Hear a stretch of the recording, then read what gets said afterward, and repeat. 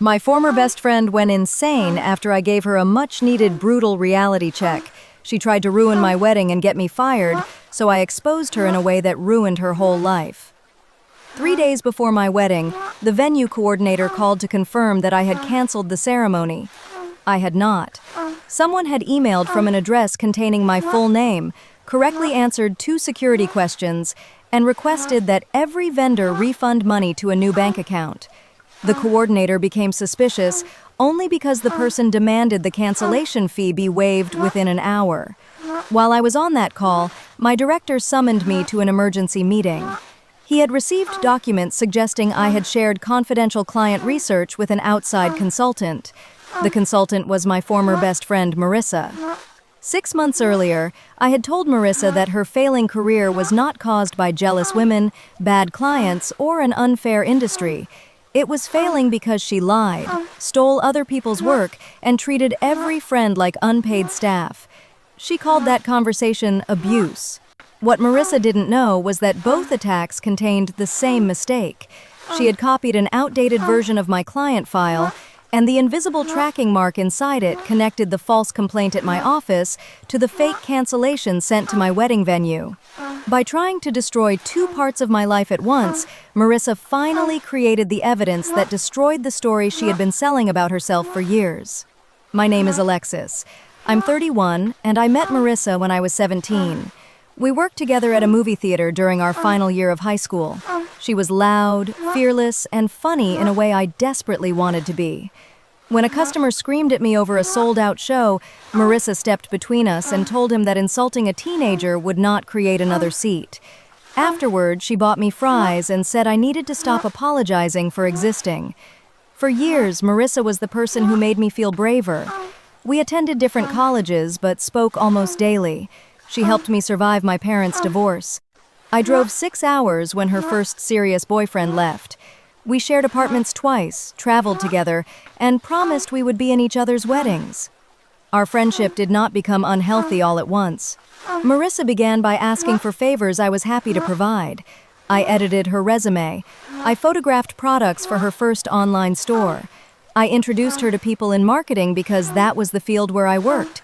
She always thanked me dramatically. Then the favor became part of the history she used to request the next one. By 28, I was a research manager at a mid-sized branding agency called Northline. Marissa called herself a creative strategy consultant. In reality, she moved between short contracts and relied heavily on friends to complete work after she had promised clients more than she could deliver. She was excellent at presenting.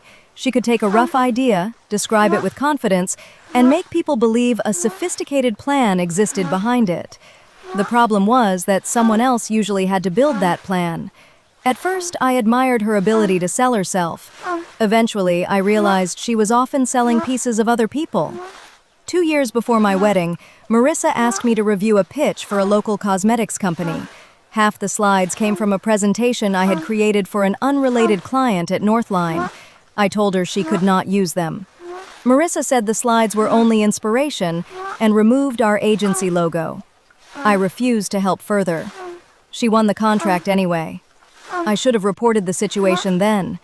I convinced myself that the material was general enough and that ending our friendship over slides would be dramatic. That decision taught Marissa I would protect the relationship even when she crossed professional boundaries. The pattern escalated. She asked me to join client calls without pay because she needed someone technical. She borrowed research language and later presented it as her own. If a project failed, she blamed the freelancer, the client, or the algorithm. Meanwhile, her online image became increasingly polished. Marissa posted from expensive restaurants and hotel lobbies, described herself as the founder of a thriving studio, and offered paid advice to new freelancers. Privately, she borrowed rent money from me 3 times. I became engaged to my fiancé, Owen, when I was 30. Marissa screamed louder than anyone when we announced it. She immediately declared herself maid of honor before I asked. I had planned to ask her, so I ignored the discomfort I felt. Wedding planning made her behavior harder to overlook.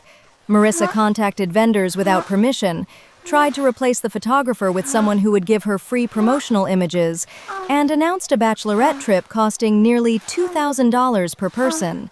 When two bridesmaids said they could not afford it, Marissa accused them of failing to prioritize me.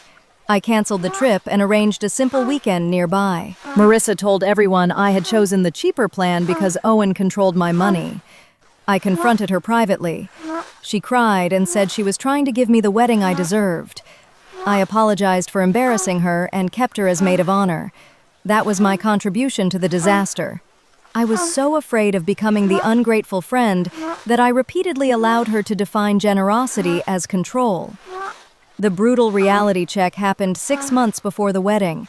Marissa had signed a $12,000 contract with a regional restaurant group. She promised customer interviews, competitive research, a brand strategy, and a launch plan within 5 weeks.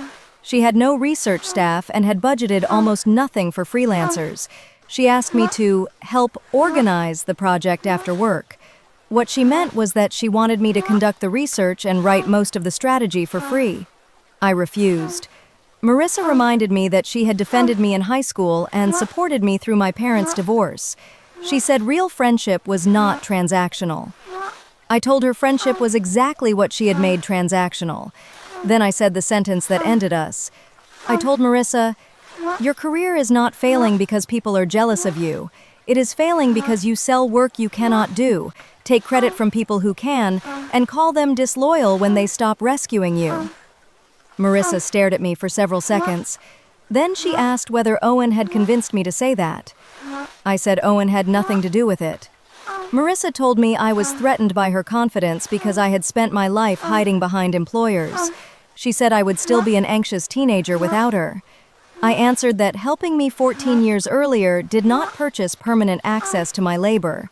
Marissa left my apartment and removed herself from the wedding party that night. She posted vague messages about outgrowing people who punished ambitious women. I did not respond publicly. The restaurant project collapsed 4 weeks later.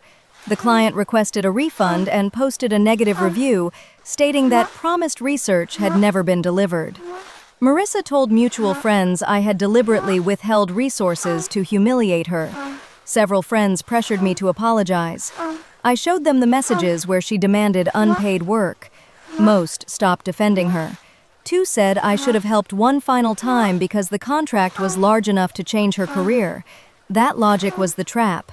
Every crisis was supposedly the last one before Marissa became successful enough not to need us. For 2 months, she went quiet. I assumed the friendship was over. Then small problems began. My florist received an email asking to change the color palette to red and gold. Our invitation printer received a revised guest list that removed Owen's divorced parents and added 12 names I did not recognize. Someone reported my wedding website as fraudulent. Each vendor contacted me before making changes, and nothing serious happened. I suspected Marissa, but the messages came from different addresses and contained no direct proof. Owen wanted us to send a formal warning. I hesitated because accusing her without evidence felt dangerous. We changed passwords, created verification codes with vendors, and told the coordinator that only phone confirmation from Owen or me should authorize changes. At work, my relationship with a director named Graham became tense. He asked why I had downloaded an archived research file for a hotel campaign. I had accessed it while building a training example, which was allowed, but the questions surprised me. 2 weeks later, an anonymous complaint accused me of providing confidential data to an outside consultant. Attached were screenshots of messages between Marissa and me, along with a copy of the hotel research. The screenshots were real but misleading. Years earlier, I had sent Marissa general advice about survey design. The complaint placed those messages beside the confidential file to make it appear that I had sent both together. Northline suspended my access while it investigated. Graham told me not to discuss the case with coworkers. I went home, terrified that my career would end because I had once trusted my closest friend. Owen asked whether Marissa had ever used my personal computer. She had. During our friendship, she had borrowed it at my apartment and helped design wedding materials on it. I had also shared sample files with her before I understood how freely she reused work. I gave the company investigators every device and message they requested. I admitted that Marissa had previously copied slides and that I had failed to report it. I expected to be fired for that omission even if the new accusation was false. Northline's document system placed a unique tracking identifier in exported research files. The hotel document attached to the complaint was not the version I had accessed during training. It was an older draft exported 18 months earlier for a vendor presentation. Only 5 people had received that draft. One was a freelance design vendor where Marissa had briefly worked. The identifier did not prove she personally sent the complaint, but it narrowed the source. 3 days before the wedding, the venue cancellation arrived. The sender answered security questions using information from an old planning spreadsheet Marissa had created while she was maid of honor. But she used the original refund amount listed before we added a tent and additional catering. That outdated amount appeared nowhere except the old spreadsheet stored on the same personal folder where Marissa had once saved the archived hotel draft. Our venue coordinator preserved the email and account information supplied for the refund. The destination belonged to a small event company registered by Marissa 2 months earlier. For the first time, we had a direct connection. I did not call her. Owen and I contacted an attorney and filed reports about the attempted diversion of the refund and the impersonation. Northline's investigators coordinated with our attorney because the same person appeared connected to the workplace complaint. Marissa reacted before anyone publicly accused her. She posted a 20-minute video claiming I was using my employer and wealthy fiancé to silence a former friend. She said I had stolen her business ideas, sabotaged the restaurant contract, and threatened her after she discovered I was leaking client data. The video received thousands of views. She displayed cropped messages and announced that she would release the full archive if I did not admit the truth. That threat became her biggest mistake. Several former clients contacted me after seeing the video. They had received work from Marissa containing inconsistent fonts, company names, and research methods. They wondered whether their projects had also used stolen material. With my attorney, I created a factual evidence package. It included dates, original files, invoices, messages requesting unpaid labor, the restaurant contract, the vendor distribution record for the hotel draft, and the venue refund information. We sent relevant portions only to Northline, law enforcement, affected clients, and Marissa's attorney. I did not publish her private messages online. I did not contact her landlord, boyfriend, or family. I corrected the people whose decisions had been manipulated by her claims. Northline cleared me of sharing the hotel file. I received a written warning for failing to report the earlier copied slides, which was fair. Graham apologized for treating the anonymous complaint as more credible than my work history. The company that had employed Marissa as a vendor terminated its relationship with her. 3 former clients demanded refunds. The restaurant group filed a civil claim. The bank froze the account connected to the attempted wedding refund while authorities reviewed it. Marissa's professional image collapsed because it had depended on clients never comparing notes. Her personal consequences followed, but I did not create them. The luxury apartment shown in her videos was leased partly through her business and depended on income she no longer had. She moved out after falling behind. Her boyfriend learned she had used his name as a reference on contracts without permission and ended the relationship. Several mutual friends stopped speaking to her after discovering their work in her portfolio. Marissa said I had ruined her whole life. In reality, exposure removed the separate walls that had allowed her to tell every person a different story. Our wedding took place as scheduled. We changed the vendor verification one final time and hired security because Marissa had sent messages suggesting she might attend. She did not appear. An unfamiliar delivery arrived during the reception containing a framed photograph of Marissa and me from high school. On the back, she had written that I would regret choosing a man and a job over the only person who truly knew me. I gave it to our attorney without showing guests. The day remained ours. 4 months later, Marissa accepted a civil settlement with the restaurant client and agreed not to use disputed portfolio materials. The criminal investigation into the attempted refund is ongoing, so I will not pretend she went to prison or lost everything overnight. She is living with a relative and working outside consulting. Through her attorney, she continues to deny sending the workplace complaint, although she admits creating the refund account as part of what she calls a plan to recover wedding expenses she believed I owed her. I never owed her wedding expenses. She had volunteered to pay a few deposits while maid of honor, and I reimbursed every documented amount. Therapy has forced me to acknowledge that Marissa was not a villain for all 14 years. She did defend me. She did sit beside me during my parents' divorce. Those memories are real. So are the years when gratitude became a debt she believed she could collect forever. I also had to face my own failure. I saw her copying work and stayed silent because I did not want conflict.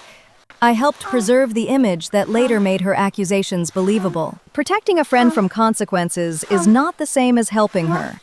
People sometimes ask whether the brutal reality check caused her breakdown. I no longer accept that framing. The conversation did not make her impersonate me, redirect a wedding refund, or submit stolen research to my employer.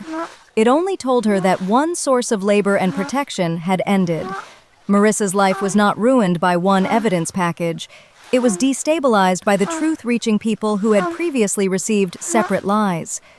I still miss the girl who bought me fries after that customer yelled at me. But I no longer believe I owe the woman she became unlimited forgiveness because of who she was at 17. There are parts of our history that explain why I ignored the warning signs for so long. When we were 22, Marissa lost an internship after missing a major deadline. She told me her supervisor had deliberately withheld instructions. I stayed up all night helping her rebuild the assignment so she could appeal. Months later, I learned the instructions had been in her inbox for 2 weeks. Marissa said the detail did not matter because the supervisor should have reminded her. At 25, she borrowed $1,200 for rent. She repaid $200, then organized an expensive birthday dinner for herself. When I asked about the balance, Marissa said discussing debt during her birthday month was cruel. I waited another year and eventually told her to forget it. Each incident ended the same way. Marissa became hurt, I questioned my tone, and the original problem disappeared beneath the debate about whether I was compassionate. The wedding gave her access to more than vendor names. As maid of honor, she created a shared planning drive and volunteered to communicate with our coordinator. After she left the wedding party, I removed her access but did not realize she had copied the early planning spreadsheet.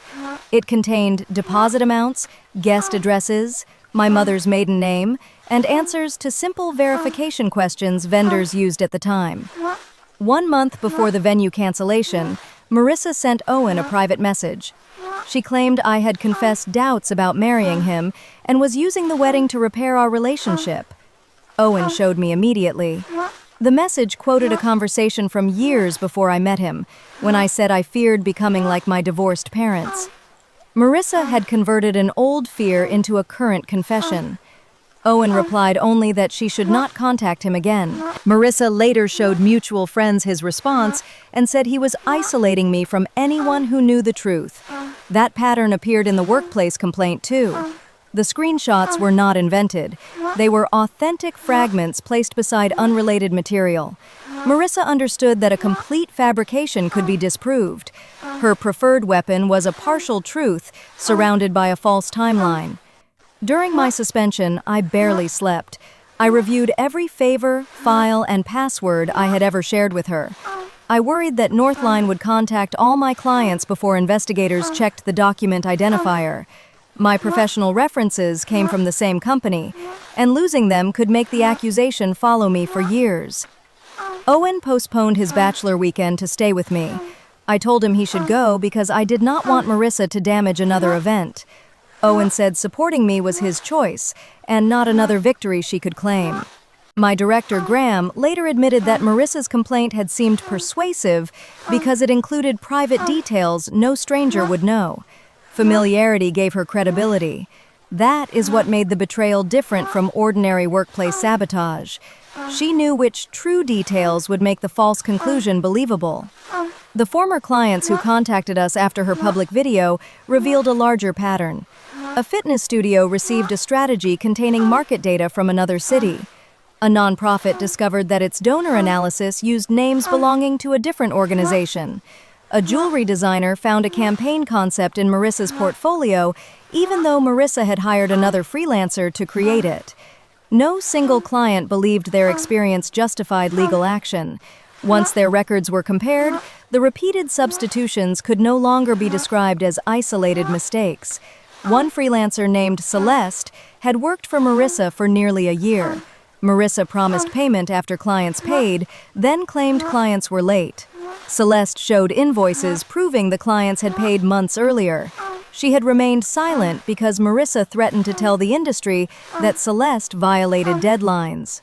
Celeste's evidence had nothing to do with me, my wedding, or Northline. That mattered. Marissa could describe me as a jealous former friend, but she could not explain why unrelated people had the same records. At our wedding, the framed high school photograph was delivered without a sender name. The venue camera showed a courier, not Marissa. Our attorney later confirmed she had ordered the delivery online. Technically, the photograph was not a threat. Emotionally, it was a reminder that she believed our history belonged to her and could be placed inside any room I tried to protect. I kept the photograph for several weeks. In therapy, I realized I was treating it like evidence that the friendship had once been real. I already knew it had been real. Real relationships can still become unsafe. I eventually removed the picture from the frame and stored it with old-school photographs, not with legal documents. I refused to let the ending rewrite every earlier memory, just as I refused to let the earlier memories excuse the ending. Marissa's boyfriend, Julian, contacted Owen once after their breakup. He apologized for believing I was controlling and said Marissa had used his name as a financial reference on 3 contracts. When clients began demanding refunds, they contacted him. He realized she had represented their relationship as a business partnership without his consent. I did not tell Julian to leave her. I did not need to. The same conduct that affected clients had entered their relationship. Her apartment was also less simple than the online story suggested. Marissa leased it through the consulting company and deducted part of the cost as a business expense. When accounts were frozen and clients stopped paying, she could not maintain the rent. She told followers I had made her homeless. She did not mention declining a room offered by her sister because it was not attractive enough for her content. That detail helped me stop feeling responsible for every consequence. Even after exposure, Marissa continued choosing image over stability. Northline's warning remains in my file for not reporting the first copied presentation. I did not challenge it. The warning reminds me that loyalty does not excuse failing to protect other people's work.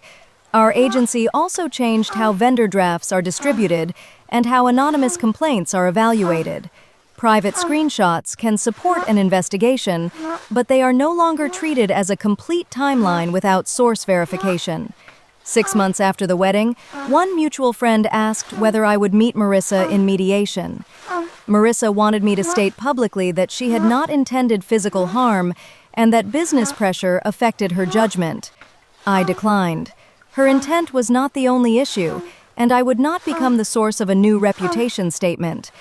I do not celebrate that she lost clients, a relationship, and an apartment. I celebrate that she no longer has access to my life, or the ability to make separate lies look like separate misunderstandings.